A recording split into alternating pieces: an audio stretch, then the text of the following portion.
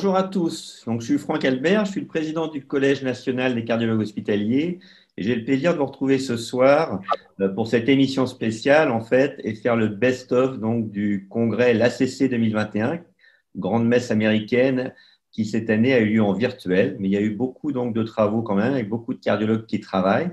Donc, j'ai le plaisir ce soir d'être avec deux jeunes du Collège des cardiologues, donc Benjamin Essayag qui exerce à Cannes, qui a passé une année à la Mayo Clinique, et puis le docteur Romain Boulestro qu'on connaît tous, qui est notre référent donc en hypertension artérielle. Et tous les deux vont nous faire un petit peu leur coup de cœur et le résumer un peu dans leur domaine d'expertise, c'est-à-dire pour Benjamin l'imagerie cardiovasculaire et pour Romain l'hypertension artérielle. Alors, vous êtes plus de 300 inscrits. Vous pourrez revoir ce webinaire donc, dès demain matin sur le site du CNCH. Et vous pouvez poser vos questions en ligne sur l'onglet Converser ou questions-réponses. Et j'ai aussi le plaisir ce soir de modérer ce webinaire avec une jeune collègue qui vient d'être reçue brillamment au concours de PH, qui est le docteur Ariane Truffier, qui était donc une ancienne chef de clinique de Bichat et qui est spécialiste aussi en imagerie cardiovasculaire. Donc, on va pouvoir effectivement créer de l'interactivité puisqu'on a ce soir donc, des experts de l'imagerie. Et il y a eu beaucoup de choses donc, à ce congrès à l'ACC. Ariane, je vais te laisser la parole pour introduire donc, le premier orateur. Merci beaucoup, Franck. Donc, j'ai le plaisir d'introduire donc, le docteur Benjamin Essayag, qui est actuellement assistant à l'hôpital de Cannes et qui a déjà fait 1 an de fellow à la Mayo Clinique et qui continue des collaborations scientifiques avec la Mayo, qui va donc nous présenter le best-of en imagerie de l'ACC 2021. Merci, Benjamin.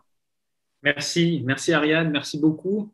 Merci au docteur Albert et merci à l'ensemble de l'équipe du CNCH pour cette invitation qui me touche et qui m'honore. Je vous propose un petit résumé en imagerie cardiaque sur le best-of de l'ACC. Les diapos passent bien, c'est bon? Parfait. Parfait.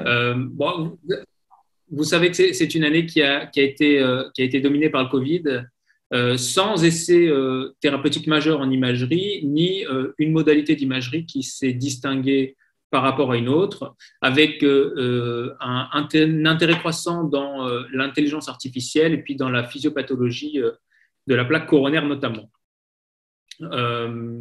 À côté de ça, il y a un sujet évidemment éminemment fréquent et qui revient souvent, notamment avec l'intérêt de l'industrie thérapeutique qui s'intéresse maintenant aux pathologies valvulaires, puisqu'on a des études de cohorte de plus en plus importantes qui montrent l'intérêt de ces pathologies. Et je vous propose dans un premier temps de regarder les 3 grandes valvulopathies en début d'exposé.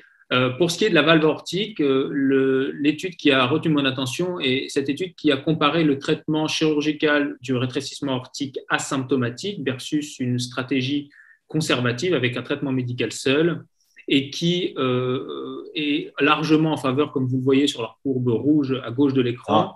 Benjamin, il faut que tu avances ton diaporama. Il faut que tu avances tes slides. Que là, on n'a que la… Est-ce que ça passe pas là? Non, on n'a que la première. Alors, on n'a que la première. Très bien. Alors, je vais refaire le partage d'écran. C'est bon, là, tu es sur la valve aortique. Ouais. Là, je suis sur la valve aortique. Parfait. C'est bien comme ça? Parfait. Impeccable.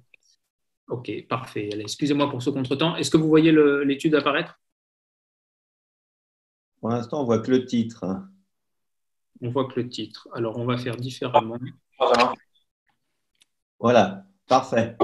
On va faire différemment. Et là, on devrait voir la diapo apparaître comme ça. C'est bon. Comme ça, voilà, impeccable. Donc, un intérêt croissant pour la valve aortique. Et donc, cette étude qui retrouve à gauche, qui démontre finalement que le traitement conservatif est largement en défaveur d'un traitement chirurgical précoce chez les patients qui ont un rétrécissement aortique serré, asymptomatique, et puis finalement qui nous rappelle que cette maladie aortique est une maladie progressive et que finalement, plus la maladie progresse, plus les patients sont à risque sous traitement médical. Et donc, il faut traquer les symptômes, il faut doser le BNP, il faut faire des épreuves de stress. Je vous rappelle qu'un papier précédent avait montré que dans le rétrécissement aortique modérément serré, plus de 50% des patients avaient des symptômes. Donc, les symptômes, c'est toujours délicat. Voilà ce qu'on pouvait dire sur la valve aortique. En ce qui concerne la valve mitrale, le sujet d'intérêt cette année s'est porté autour de l'insuffisance mitrale fonctionnelle et notamment autour d'une critique qui a pu servir de justification pour expliquer la différence entre MITRA-FR et COAPT, qui sont, vous savez, les deux essais contrôlés randomisés du MitraClip versus le traitement médical, et notamment ce concept du docteur Graben-Texan qui justifiait ces différences en expliquant qu'il y a des patients finalement qui avaient des insuffisances mitrales disproportionnées, c'est-à-dire une surface d'orifice régurgitant élevée pour un petit volume, et que ceux-ci bénéficiaient mieux d'une réparation percutanée que les patients qui avaient une IM sévère dite proportionnée, c'est-à-dire avec un volume télédiastolique assez élevé pour une surface de régurgitant plutôt faible. Ouais. Avance ta diapositive. Hein. Vous les voyez passer, non? Non. On ne voit pas passer les diapos. D'accord. On est bloqué sur la valve aortique. Ah, d'accord, parce que alors, on va refaire le partage d'écran comme ceci. On va essayer comme ceci. On va remettre en plein écran. Voilà, là on le voit. Ouais. Et je vais faire un test. Est-ce que vous voyez changer les diapos? Oui, c'est bien, parfait. Okay, super, parfait. Super. Voilà. Donc, on est arrivé ici donc, à la valve mitrale. La différence entre MITRA-FR et COAPT. Et puis, donc, je vous le disais, cette différence, ce concept finalement d'IM proportionné versus disproportionné qui expliquerait les différences et qui est pour la première fois ouvertement remise en question puisque différentes études ont finalement pas retrouvé ce concept en réanalysant les données de MITRA-FR.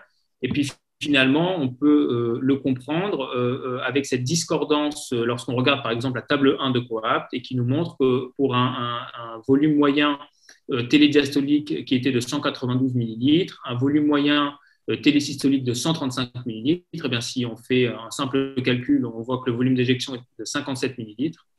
Or, ce sont des patients qui avaient des insuffisances mitrales sévères, donc des surfaces d'orifice régurgitant à 0,40 cm², et ça correspond à peu près à des volumes régurgités de 60 millilitres. Donc, on comprend totalement que vous ne pouvez pas avoir 60 millilitres de volume régurgité si vous avez un volume d'éjection systolique de 57 millilitres. Donc, soit les patients de COAPT étaient tous décédés, mais ce n'est pas le cas. L'explication, finalement, c'est que les volumes dans COAPT étaient sévèrement sous-estimés. Et donc, en fait, les patients de COAPT, ils ne devraient pas être au point sur lequel ils sont, mais ils devraient être plutôt sur la droite. Voilà. Le professeur Bono a repris ce concept-là à l'ESC et qui, en concluant que finalement, c'était quelque chose qui n'avait pas vraiment de sens. Donc, si vous l'avez vu passer dans les publications, peut-être que ce n'est pas quelque chose qui va durer. L'autre concept important qui a été discuté à propos de l'insuffisance mitrale fonctionnelle, c'est ce dernier papier qui est tout récent et qui montre l'importance finalement du traitement médical dans la pathologie et qui compare sur cette diapo les patients à gauche qui ont un clip mitral avec un traitement médical optimal et les patients à droite qui n'ont qu'un traitement médical optimal. Eh bien, qu'est-ce qu'il faut voir? Il faut voir que l'aspect des courbes est strictement identique chez les patients qui ont une fuite résiduelle à gauche après le MitraClip versus ceux qui ont une fuite à droite uniquement sous traitement médical. Et donc, le MitraClip, oui, ça marche, mais à condition qu'il n'y ait plus de fuite, c'est-à-dire que si vous avez des patients qui avaient des fuites résiduelles 3+ ou 4+ à gauche avec le MitraClip après traitement médical optimal, ben finalement, c'est des patients qui n'ont pas de meilleur pronostic que ceux qui ont la même fuite sans MitraClip. Il y a une multitude de valves et de devices. On va peut-être essayer de couper les micros. Attention. Voilà, parfait. Il y a une multitude de devices qui sont actuellement à l'étude pour traiter cette maladie. Je vous rappelle que l'insuffisance mitrale, et notamment l'insuffisance mitrale fonctionnelle, est la valvulopathie la plus fréquente au monde, avec un nombre de patients très, très important. Enfin, pour clore ce mini-chapitre sur les valvulopathies, vous savez qu'il y a maintenant un intérêt croissant pour la valve tricuspide, qui finalement était jusqu'à présent la valve oubliée, comme on voit ici sur les dernières recommandations de l'ACC-AHA qui sont sorties en décembre 2020, sur plus d'une centaine de pages de recommandations. il a été montré il a été soulevé que le chapitre sur la tricuspide ne concerne que quelques lignes. Pourquoi ? Parce que ça a été longtemps une valve qui a été difficile à étudier de par son hétérogénéité, et donc on ne savait pas si le pronostic de l'insuffisance tricuspide était lié aux maladies auxquelles elle était associée ou bien à la maladie valvulaire elle-même. Et les dernières études que l'on a faites dans l'insuffisance tricuspide associée à la cardiopathie, à l'insuffisance cardiaque ou bien associée à l'insuffisance mitrale ont montré qu'effectivement c'est un marqueur indépendant de surmortalité. Le docteur Rebecca Hahn, qui est à Columbia, à New York, a rappelé un nouveau schéma de gradation de l'insuffisance tricuspide. Alors, jusqu'à sévère, c'est comme sur l'insuffisance mitrale, moins de 0,20, plus de 0,40. Au-dessus de 0,40, on parle d'insuffisance tricuspide massive ou torrentielle. Et finalement, peu importe la façon dont on qualifie, ce qu'il faut retenir de ce point-là, c'est qu'il est essentiel de quantifier l'insuffisance tricuspide au même titre que l'on faisait déjà sur l'insuffisance mitrale, puisque c'est lié directement à la survie, mais aussi puisque ça impacte directement le traitement. Pour programmer le traitement de cette valve tricuspide, il faut utiliser tous les outils d'imagerie que l'on a à notre disposition, et notamment le TO 3D, puisque l'anatomie des feuillets valvulaires va être quelque chose d'essentiel. Alors, la question de savoir est-ce que l'insuffisance tricuspide, comment est-ce qu'on passe d'un sujet de tendance à un sujet d'espoir ? Eh bien, avec la conduite d'essais randomisés, avec la définition du succès procédural, en déterminant le timing optimal de l'intervention, ce sont tous des sujets d'actualité qui sont en train d'être étudiés. L'insuffisance tricuspide est aussi une maladie extrêmement fréquente, avec une prévalence d'à peu près 2% dans la population générale, plus de 12% à partir de 75 ans. Et c'est, croyez-moi, une excellente nouvelle pour l'industrie pharmaceutique qui développe une multitude de devices. Il y a eu les résultats de l'étude TRISCEN qui ont été présentés cette année à l'ESC, qui évalue la valve EVOQUE, qui est finalement une valve percutanée. Donc, on n'est plus dans la fermeture par clip, mais dans la réparation percutanée, mais maintenant dans le remplacement percutané. Et il a été rappelé l'importance d'évaluer la fonction systolique du ventricule droit dans cette indication-là. Les résultats, alors pour l'instant, c'est uniquement des résultats à 30 jours, mais en termes de correction de la fuite, le remplacement percutané est quelque chose de formidable puisqu'il n'y a pas de fuite résiduelle. Et Gilles Dreyfus a commenté à propos d'un papier qu'on avait écrit sur le fait que le remplacement valvulaire devienne la norme dans l'insuffisance tricuspide, là où la chirurgie mitrale a commencé par le remplacement et a fini par la réparation. Merci beaucoup, Benjamin, pour cette première partie de présentation qui est très intéressante, vaste et qui reprend vraiment les sujets les plus importants, je pense, pour nous qui faisons de l'imagerie cardiaque. Peut-être pour les personnes qui nous regardent, est-ce qu'on pourrait revenir un instant sur les papiers que tu as montrés sur la valve mitrale ? Est-ce que tu peux rapidement nous rappeler vraiment ce qui distinguait les patients de COAPT et de MITRA-FR ? Pour expliquer pourquoi les résultats étaient si différents finalement. Et puis, est-ce que tu peux un instant effectivement revenir aussi sur les deux papiers donc de Grayburn qui a mis en avant d'abord ce concept avant de finalement faire un pas en arrière en disant que c'était finalement pas la seule explication pour les différences des résultats de COAPT et MITRA-FR, s'il te plaît. Merci. Alors, c'est deux excellentes questions. La première, pour expliquer les différences entre COAPT et MITRA-FR, c'est que les patients qui ont été inclus dans COAPT étaient à chaque fois évalués par un comité d'adjudication indépendant qui s'attachait à inclure des patients sous traitement médical optimal. C'est-à-dire que toutes les semaines, des patients étaient revus par un membre du comité, on leur envoyait les images, on leur envoyait les traitements, et il n'incluait que des patients qui étaient sous traitement médical optimal et récusait les patients qui étaient représentés plus tard, une fois que le traitement médical était optimisé, si ce n'était pas le cas. Ce qui fait que les patients qui étaient inclus sont vraiment des patients qui ont eu le temps de bénéficier du traitement médical, et puis surtout, c'est des patients qui n'ont pas été inclus si jamais ils avaient d'autres comorbidités qui auraient pu fausser les résultats. Dans l'étude MITRA-FR, le recrutement qui a été choisi est un recrutement différent où les patients pouvaient être inclus directement par les centres, et donc les centres ont tous rapidement inclus des patients, mais ils n'étaient pas forcément sous traitement médical optimal, et ça peut donc expliquer les discordances de ces patients qui globalement avaient parfois des insuffisances mitrales un peu plus sévères, mais surtout n'étaient pas sous traitement médical optimal, avaient probablement des comorbidités. Donc, il est possible que des patients de MITRA-FR aient été inclus alors qu'ils n'auraient pas dû être inclus, ou alors que le clip tricuspide n'était peut-être pas le problème à adresser de façon urgente. Ça, c'est ce qui peut expliquer les deux différences et c'est l'enseignement que l'on doit retenir pour les futurs essais randomisés que l'on va conduire, notamment dans l'insuffisance tricuspide, pour pouvoir démontrer un bénéfice du clip par rapport au traitement médical, puisque le clip peut laisser des fluides résiduels, ce qui n'est pas le cas des prothèses. Ça, c'est pour la première partie. Pour ce qui est du concept entre insuffisance mitrale proportionnée et disproportionnée, c'est vrai que c'est quelque chose qui nous a beaucoup occupé, sur lequel on a beaucoup discuté. Et finalement, lorsque ce concept est ressorti pour expliquer les différences entre les deux essais contrôlés randomisés, eh bien, on est reparti en 2014 sur les premiers papiers de Graeber. Et on a regardé son concept qui, en fait, se base sur la fraction de régurgitation pour expliquer les interactions entre la surface de l'orifice régurgité, d'une part, et le diamètre ventriculaire gauche, d'autre part. Et finalement, il nous dit, pour une surface régurgitée donnée, eh bien, vous pouvez avoir une surface d'orifice régurgitant plus faible et un ventricule plus large ou inversement. Sauf que la fraction de régurgitation, elle est entièrement dépendante du volume régurgité et également de l'ITV mitral, comme vous le savez, et que l'ITV mitral est dépendant de la compliance de l'oreillette gauche. Quand la compliance de l'oreillette gauche est bonne, l'ITV est plutôt élevé. Quand la compliance est faible, l'ITV est plutôt basse. Et donc, pour une surface d'orifice régurgité et une fraction d'éjection donnée, eh bien, on va avoir différentes fractions de régurgitation. Et donc, ça nous montre bien que c'est un concept qui est entièrement dynamique et que ces calculs théoriques qui veulent restreindre en disant on va comparer pour une fraction de régurgitation donnée plusieurs surfaces d'orifice régurgitant, mais finalement, comme ce sont deux concepts qui interagissent, ça ne trouve pas vraiment sens. Très bien, merci beaucoup. Benjamin, moi j'ai juste une question pour revenir sur la tricuspide. C'est vrai que c'était un peu la valve oubliée des cardiologues. Et puis là, on voit que maintenant, il y a beaucoup de choses qui arrivent, des nouveaux devices, etc. Donc, deux questions courtes avec des réponses courtes. Finalement, l'insuffisance tricuspide a un intérêt pronostique important dans le suivi d'une insuffisance mitrale.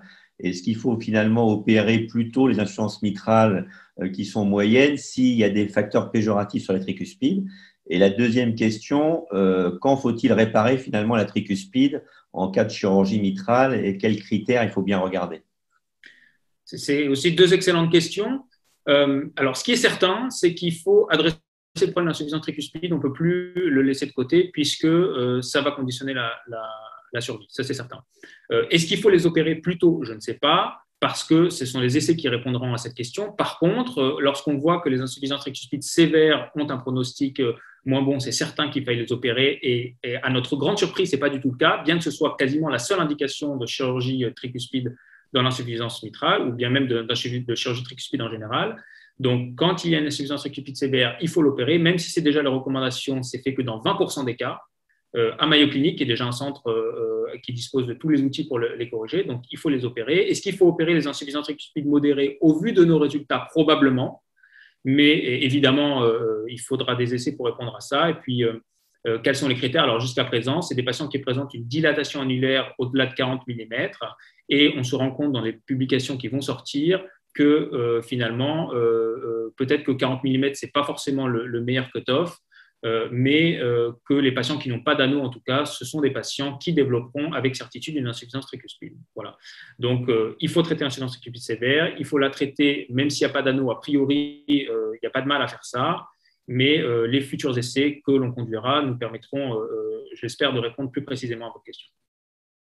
Ok, on va te laisser enchaîner, Benjamin.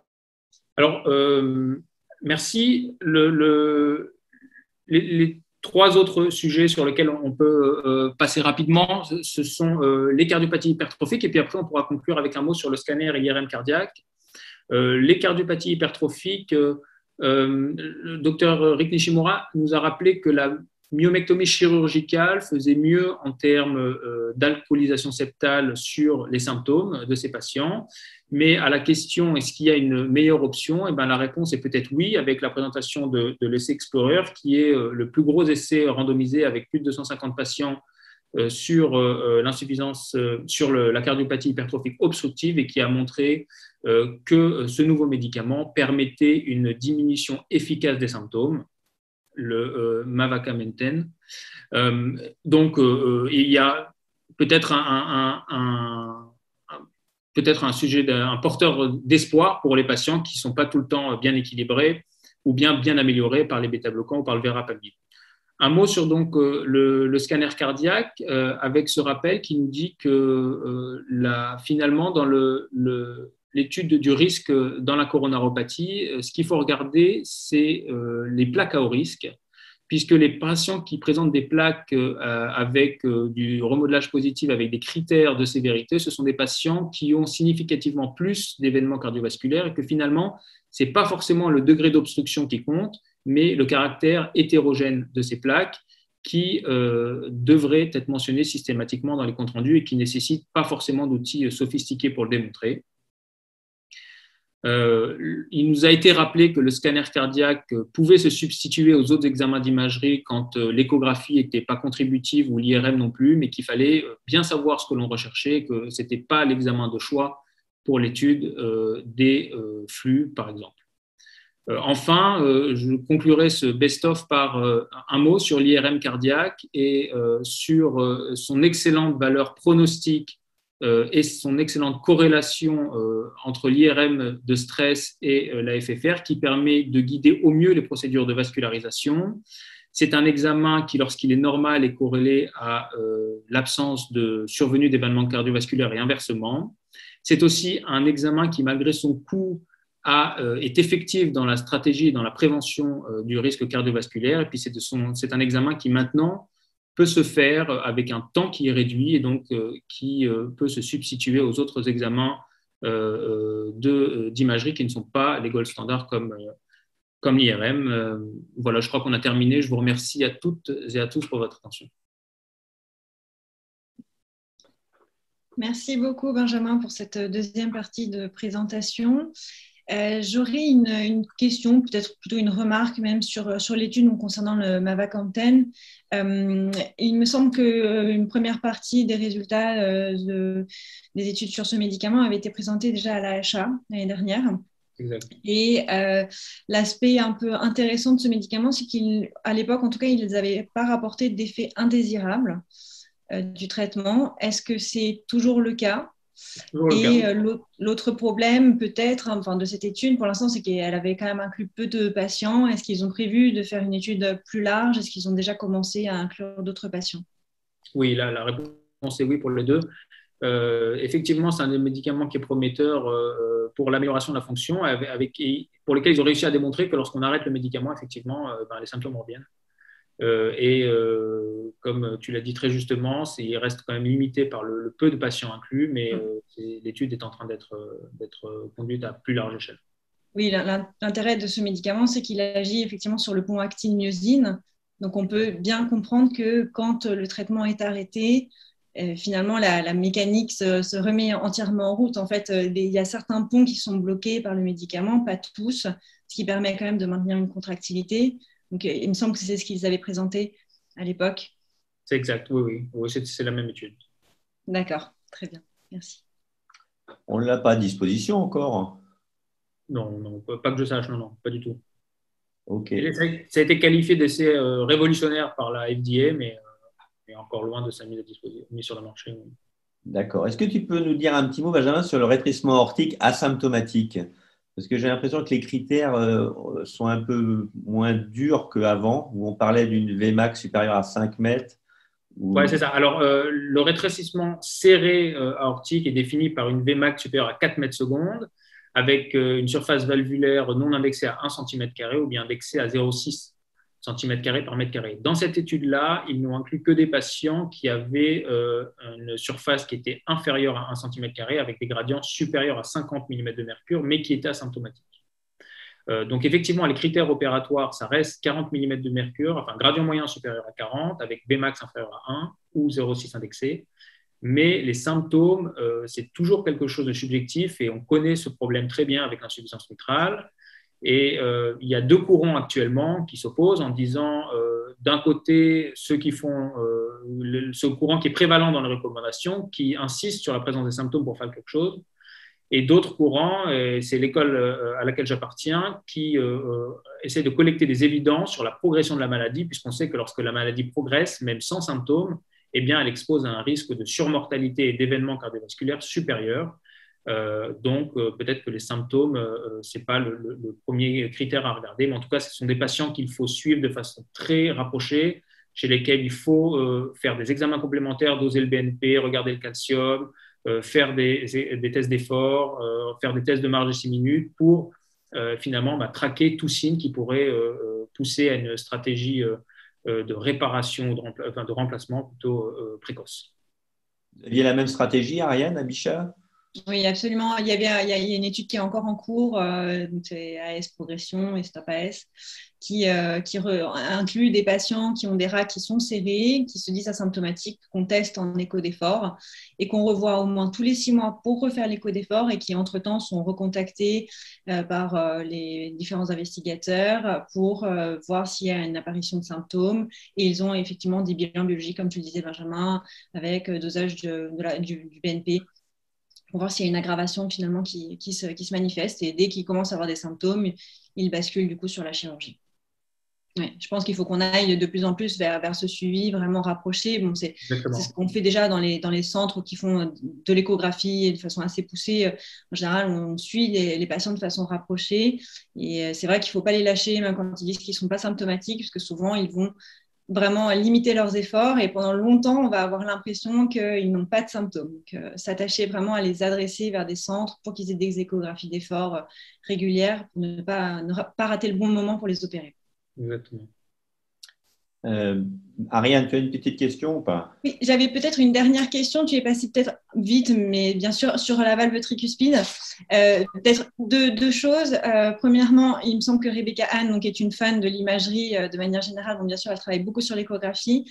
J'imagine qu'elle a dû encore rappeler qu'il fallait faire de l'écho 3D sur la tricuspide. Est-ce que ça commence à se généraliser un petit peu? Moi, j'en ai pas vu beaucoup pour l'instant. Est-ce qu'elle a réinsisté sur ça en disant que c'est important dans l'évaluation de la valve tricuspide? Tout à fait. Alors maintenant, c'est quelque chose qu'on fait quasiment en pratique de routine, puisque les outils qu'on a à disposition avec tous les constructeurs permettent une reconstruction, même en échographie transthoracique, assez rapide de la valve tricuspide et assez facile en fait. Ouais. C'est très important parce que la sélection des patients dans l'insuffisance tricuspide va conditionner le pronostic et la réussite du clip, notamment les patients qui ont un tenting ou un tethering très important. C'est des gens chez lesquels on sait d'emblée que la correction ne va pas les améliorer, ou bien chez des patients qui ont notamment des sondes de pacemaker qui passent à travers les feuillets, et de savoir si la sonde entraîne une restriction du feuillet ou bien si la sonde est simplement entre deux feuillets et le mécanisme est différent, c'est quelque chose de crucial. Les patients avec des sondes de pacemaker, c'est des patients qu'on voit maintenant de plus en plus dans la pathologie tricuspide, et il est impossible finalement de déterminer quel est le mécanisme de la valve quasiment sans la réalisation d'une échographie 3D. Ce n'est pas du tout le cas, par exemple, dans l'insuffisance mitrale, où l'échographie transthoracique, dans plus de 95% des cas, je dirais, permet de répondre à la question en disant quel feuillet prolapse, et ce, de façon assez précise. Là, ça devient différent parce que ça va permettre de sélectionner en amont les patients chez qui il faudra réaliser les cathétérismes droits, les investigations plus poussées pour envisager une stratégie de correction, toujours dans cette optique de dire que maintenant que l'on sait et que l'on est certain que la maladie tricuspide entraîne un plus mauvais pronostic en soi et n'est pas une complication d'une autre maladie, eh bien, on va traiter ces patients avant que les conséquences sur le ventricule droit, sur les reins, sur le foie, apparaissent et deviennent irréversibles. Alors Benjamin, moi j'ai une question. Je suis cardiologue interventionnel, donc je ne suis pas un grand spécialiste de l'imagerie, mais on en fait quand même, évidemment. Le strain, donc est-ce que tu peux nous faire un petit point sur le strain VG et voire même le strain de l'oreillette gauche maintenant, parce que c'est devenu un peu à la mode, et éventuellement rappeler les indications de l'un et de l'autre pour nos cardiologues qui ne sont pas forcément des spécialistes en imagerie. Alors, dans le strain de l'oreillette gauche, alors c'est un outil qui est très prometteur parce que dans la plupart des études, il est associé à la survenue d'événements. C'est un facteur prédicteur de la survenue d'événements. Ça, c'est vrai pour le strain de l'oreillette gauche, c'est vrai pour le strain du ventricule gauche. Le strain du ventricule gauche, il va être très utile en pratique de routine pour discriminer dans le diagnostic différentiel, notamment des cardiopathies hypertrophiques, avec des patterns très spécifiques dans l'amylose, où on a une altération du strain aux bases avec une conservation du strain à l'apex. Ça va nous différencier de la cardiopathie hypertrophique, on voit une atteinte segmentaire. Donc, ça peut avoir des implications directes. Ça peut nous permettre de mieux déterminer les territoires hypokinétiques dans la cardiopathie ischémique. Ça, c'est certain. Maintenant, la limitation et le grand problème du strain, notamment de l'oreillette, du ventricule gauche, c'est qu'il est constructeur dépendant. Et donc, pour différentes machines, vous aurez différentes valeurs de strain. Donc, est-ce qu'on va utiliser une valeur précise pour dire, comme pour la fraction d'éjection, par exemple, en dessous de 60%, il faut opérer les patients? Avec le strain, ça paraît quand même très compromis parce que vous allez le réaliser à 2 reprises sur la même machine ou bien à 2 sur 2 machines différentes. Vous n'allez pas avoir la même valeur. On a essayé d'étudier ce strain dans l'insuffisance mitrale à Mayo, et sur le dossier des insuffisances mitrales dégénératives que j'avais, en calculant un échantillon de 500 strains, en le refaisant 3 fois, je n'avais pas 3 fois la même valeur. Donc, ça reste quand même limité pour une utilisation, je dirais, à plus grande échelle. Pour ce qui est du strain de l'oreillette gauche, c'est aussi un élément très prometteur. Lorsque j'étais à Marseille, on a réalisé une cohorte de plus de 300 patients avec une cardiopathie hypertrophique, et le strain de l'oreillette gauche était le seul facteur prédicteur de la survenue d'événements, plus puissant que tout le reste. Mais c'est ensuite également un outil qui était d'abord dérivé du ventricule gauche, donc ce n'était pas un outil de mesure qui était fait pour l'oreillette, et avec toutes les limitations inhérentes à celles du ventricule gauche. Donc, est-ce que c'est un outil prometteur? Oui. Est-ce que c'est un outil qui peut nous servir dans plusieurs situations? Oui. Par exemple, quand on est dans des situations indécises où on ne sait pas si le patient est à très haut risque ou pas du tout à haut risque, et calculer le strain, ça peut nous aider. Ça peut nous aider dans notre impression visuelle et dans notre calcul Simpson de la fraction d'éjection, en disant si le strain va dans le même sens que la fraction d'éjection que je trouve ou que je calcule, ça peut nous aider, oui. Mais est-ce que ça permet d'influencer notre stratégie thérapeutique? Pour le moment, non. Merci beaucoup. Merci Benjamin. On va donc demander à Romain Boulestreau de nous faire donc, sa présentation. Donc, Romain Boulestreau est donc praticien hospitalier à l'hôpital de Bordeaux, spécialiste en hypertension artérielle. Donc, on a le plaisir de l'écouter sur une dernière étude qui a été menée sur l'hypertension artérielle et la dénervation. Merci Romain. Bonjour Ariane, bonjour tout le monde. Vous m'entendez bien? Très bien. Alors, pour moi, ça va être beaucoup plus simple que la présentation de Benjamin, puisqu'à la CC, on a eu essentiellement une étude sur l'hypertension artérielle, une grosse en tout cas, c'était Radiance Trio. Est-ce que vous voyez bien les diapos? Oui, très bien. Très bien, super, merci. Tant mieux. Alors, je ne vous refais pas toute l'histoire, mais l'hypertension artérielle, vous savez que c'est fréquent. En France, c'est 15 à 20 millions de patients, c'est un tiers de notre patientèle, et dans le monde, c'est pareil. C'est un tiers de notre population. C'est grave puisque parmi une trentaine de facteurs de risque dans un papier du Lancet assez récent, c'est celui qui va donner le plus de mortalité et de morbidité. Et c'est mal contrôlé puisque dans notre beau pays, avec notre beau système de santé, on a uniquement un patient sur 4 hypertendu qui va être à l'objectif tensionnel. Donc, ce n'est pas parfait, loin s'en faut. Et un des problèmes, et c'est loin d'être le seul, mais un des problèmes, c'est que pour contrôler une hypertension, le moyen principal utilisé, c'est les médicaments. Et les médicaments, si on ne les prend pas, ça ne marche pas. Si on ne les tolère pas, ça ne marche pas, parce qu'on ne les prend pas. Et l'observance thérapeutique, c'est quelque chose de difficile. Donc, on sait depuis longtemps qu'il faudrait avoir d'autres techniques que les médicaments. Aujourd'hui, en soins courants, si vous voulez guérir votre hypertension artérielle sans prendre de médicaments, il n'y a pas 50 solutions. Il faut se mettre à faire du sport, à manger correctement et à perdre du poids. Et ça, c'est bien mieux que le reste. Bien mieux que de prendre des traitements, bien mieux que la dénervation, bien mieux que le reste. Mais vous savez tous à quel point ce n'est pas facile d'emmener ces patients sur ce terrain-là. Et donc, depuis très longtemps, depuis 1930 à peu près, ce monsieur, Smithwick, a développé des techniques interventionnelles pour faire baisser la pression artérielle des patients sans médicaments. Alors, en 1930, c'était facile, il n'y avait pas de médicaments. Et donc, il ouvrait le ventre des patients, il retirait les ganglions sympathiques et il a transformé le pronostic notamment de l'HTA-MALMI en faisant ça. Sauf que sans ganglions sympathiques, vous ne pouvez pas vous lever sans faire d'hypotension orthostatique. Vous êtes en diarrhée permanente parce que votre intestin est dénervé. Donc, ce n'était pas l'idéal. Donc, ça a vivoté, cette technique, jusqu'à 2011 où on a appris à le faire en percutané. Et donc, le pitch, vous le connaissez, c'est qu'il y a des nerfs qui circulent dans la paroi des artères rénales qu'on peut désactiver avec différentes techniques. La radiofréquence, ça c'est Medtronic. Les ultrasons, c'est Radiance. Et puis l'alcoolisation maintenant. Et ça fait baisser le tonus sympathique. C'est ça l'hypothèse physiopathe sous-jacente. Et ça peut, a priori, faire baisser la pression artérielle.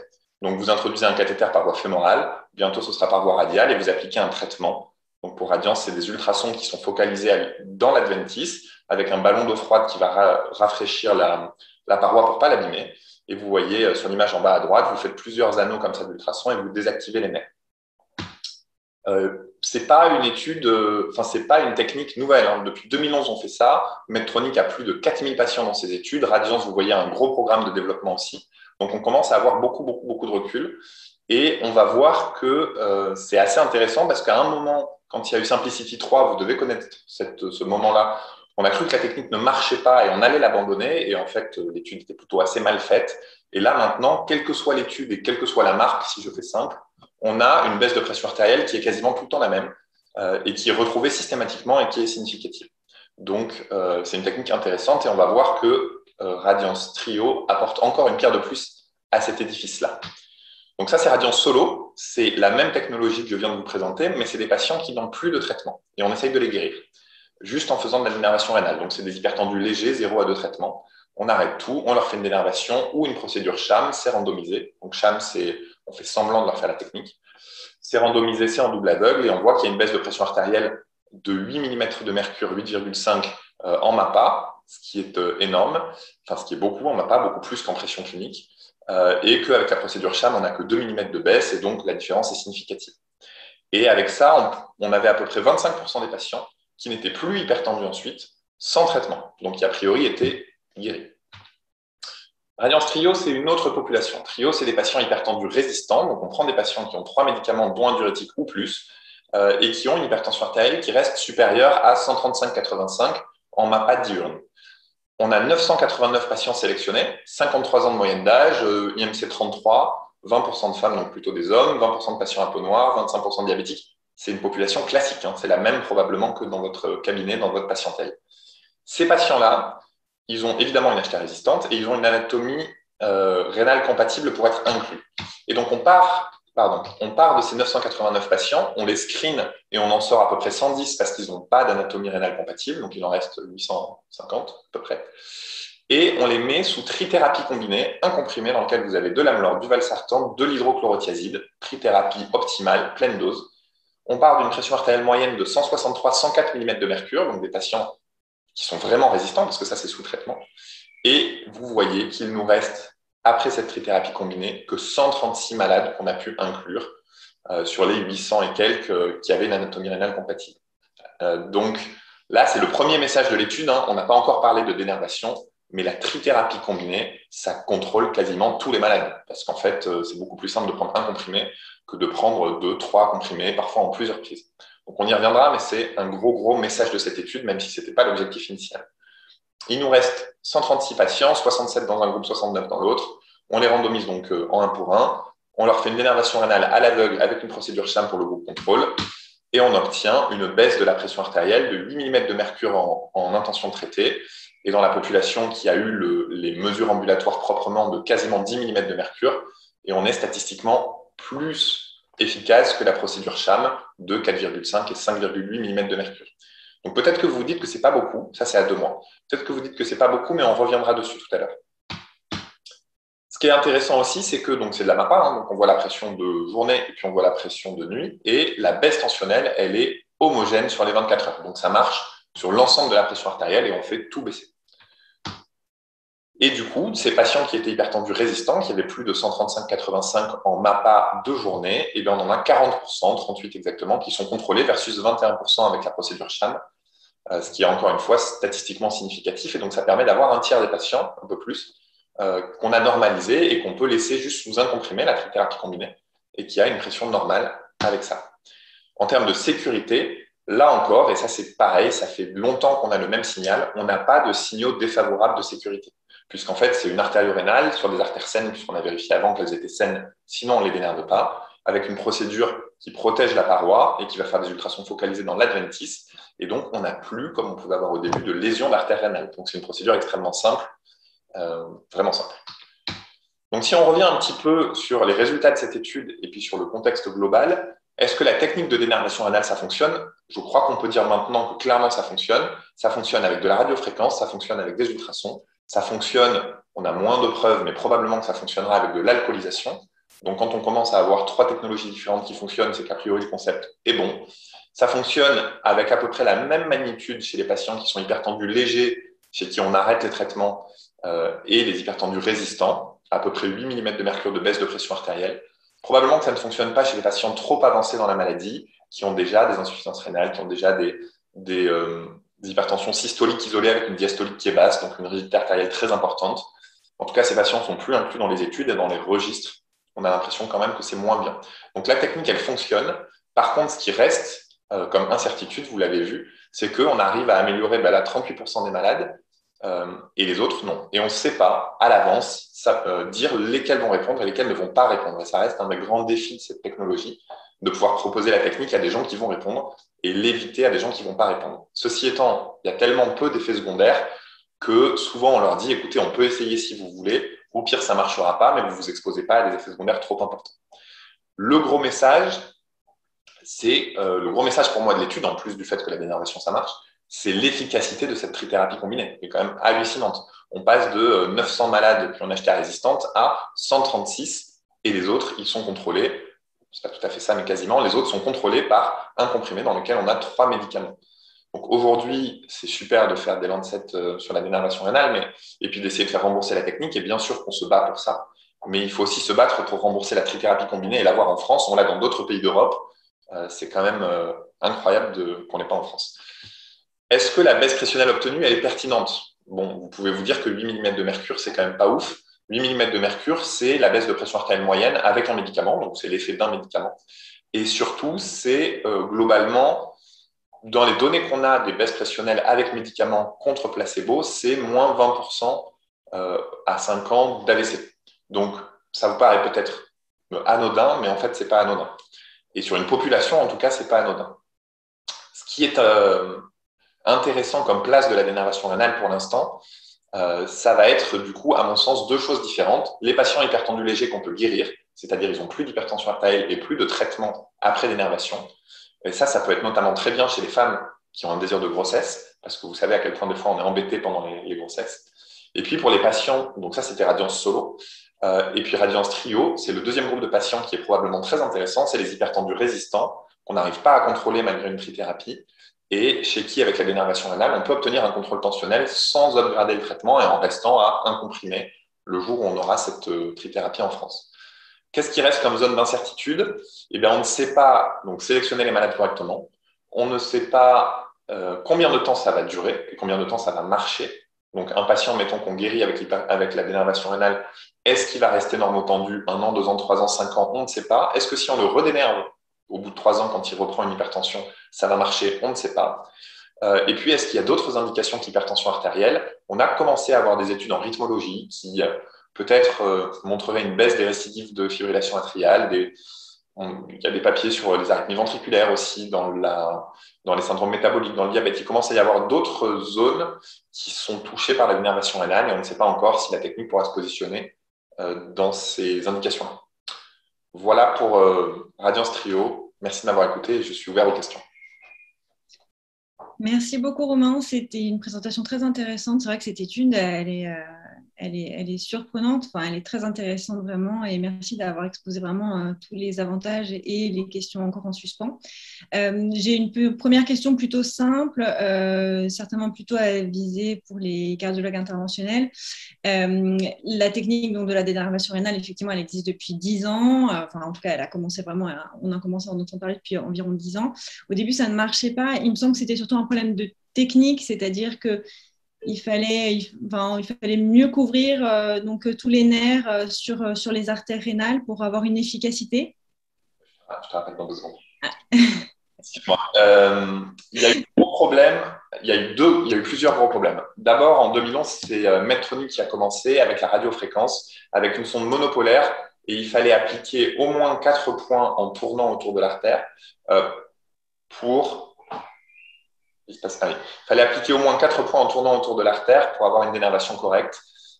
Et ça a été très, très difficile à faire, très centre-dépendant. Et dans les premières études, en plus, on a beaucoup de centres qui ont fait 1 ou 2 procédures. Donc, 1 ou 2 procédures, la courbe d'apprentissage, on est clairement au début, les procédures étaient mal faites.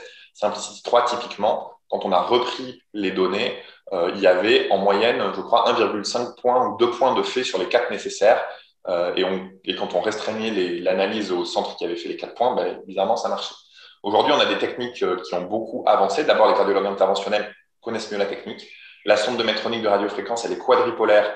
en cercle, et donc en fait en reculant et en tournant, on fait une ablation immédiatement. Et puis les nouvelles technologies, donc les ultrasons, ça traite l'ensemble de la circonférence d'un coup, l'alcoolisation aussi. Donc on a clairement fait des progrès techniques qui peuvent expliquer qu'au début ça marchait un peu moins bien. Mais effectivement, ça Medtronic, paraît plus simple. il y a une question dans l'auditoire. Le Medtronic a des longs ballons maintenant aussi, donc ça facilite aussi la technique, en plus de la sonde quadripolaire. Ouais. Medtronic, ils ont beaucoup avancé sur la technologie, oui. On peut aller il y a ça, on peut aller dans les branches, parce qu'on sait qu'a priori, les nerfs sont plus loin de l'artère en proximité et plus proches de l'artère quand on va dans les branches. Et donc, Medtronic, leur sonde peut aussi aller dans les branches maintenant pour essayer d'aller récupérer les petits nerfs qu'on n'aurait pas eu en traitant en proximal. D'accord. J'ai deux petites questions, Romain. Alors, c'est vrai qu'une question sur la dénervation rénale. Il y a un certain nombre de patients qui étaient non répondeurs. J'avais la notion que c'était 25% et que la difficulté, finalement, c'était la sélection des patients. Et c'était des patients, si ma mémoire est bonne, qu'il fallait plutôt qu'ils aient un terrain plutôt adrénergique ou finalement, dans ta pratique quotidienne, lequel tu vas sélectionner. Bon, l'HTA résistante, mais dans l'HTA résistante, est-ce qu'il y a un profil de patient qui va répondre mieux à la dénervation rénale que d'autres? Alors, c'est une excellente question et c'est une question très, très difficile.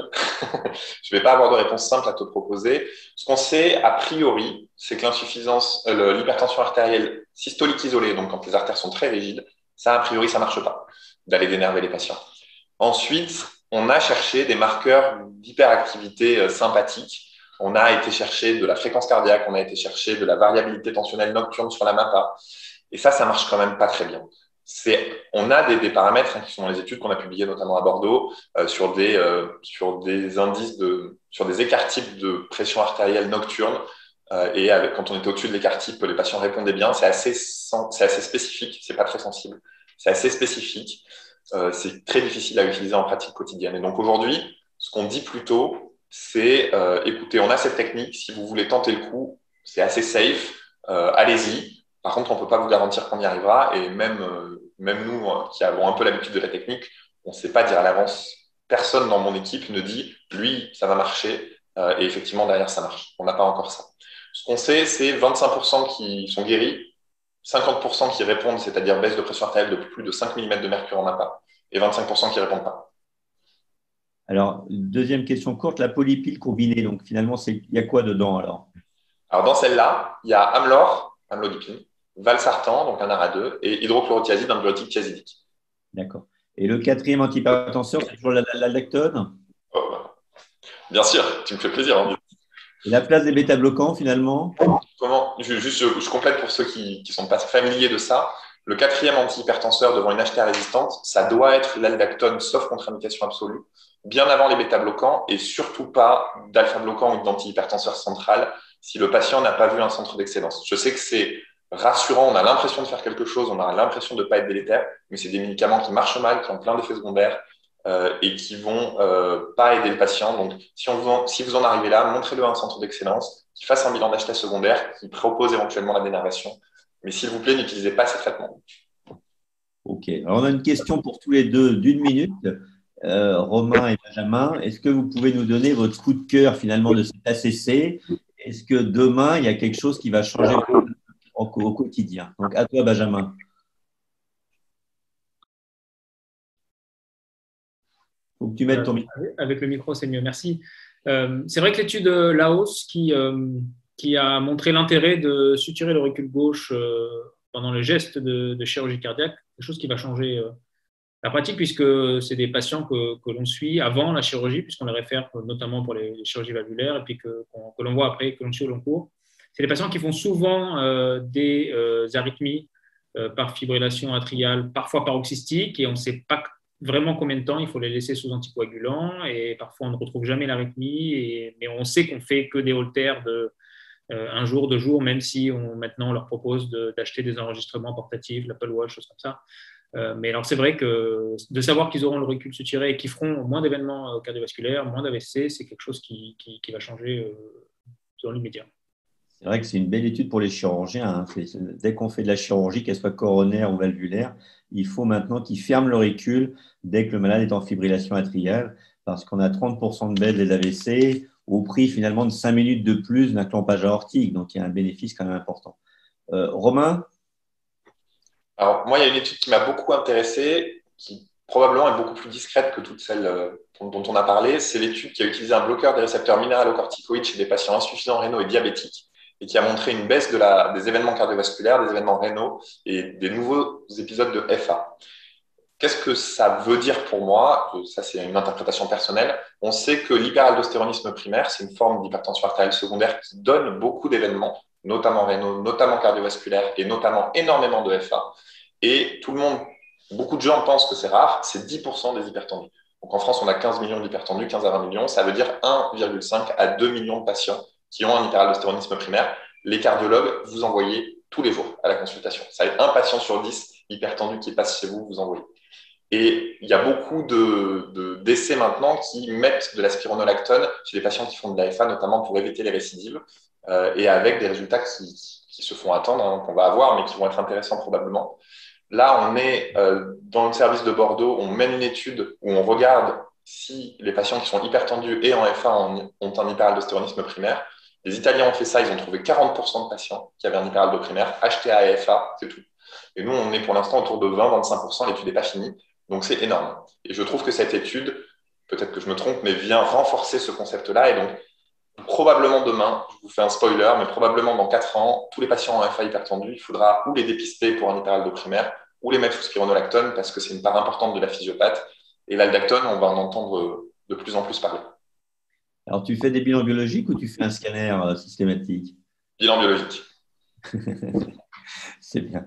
Bon, bah écoutez, on est à la fin de cette émission spéciale, en fait, et j'étais ravi, en fait, d'être avec vous, hein, parce que vous êtes des jeunes cardiologues hyper brillants, très travailleurs, et c'est un plaisir de voir qu'il y a beaucoup de jeunes, finalement, au CNCH.